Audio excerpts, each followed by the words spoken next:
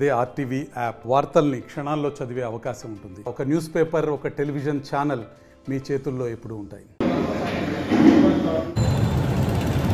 మంత్రి మా నాయకుడు జగన్మోహన్ రెడ్డి మీద దాడి జరగడం మాత్రం చాలా తీవ్రంగా ఖండిస్తున్నాము.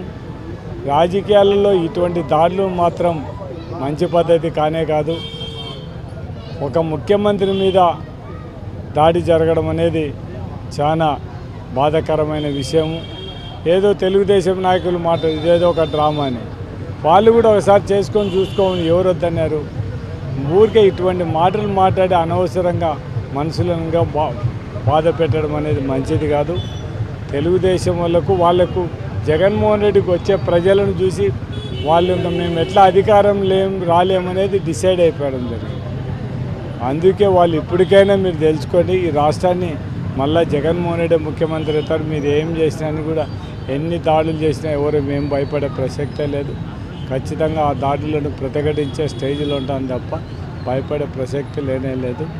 జగన్మోహన్ రెడ్డి ప్రజల్లో తిరగకుండా చేయడానికి ఇది ఒక కుట్రగా భాగంగా చేయడం పొరపాటున కూడా జగన్మోహన్ రెడ్డి చాలా ముండోడు.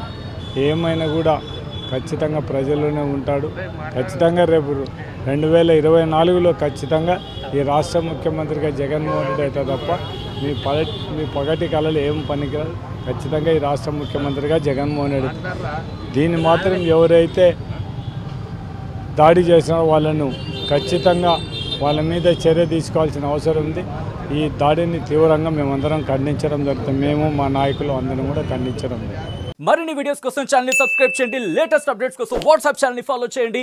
అండ్ లింక్ డిస్క్రిప్షన్ లో ఉంది.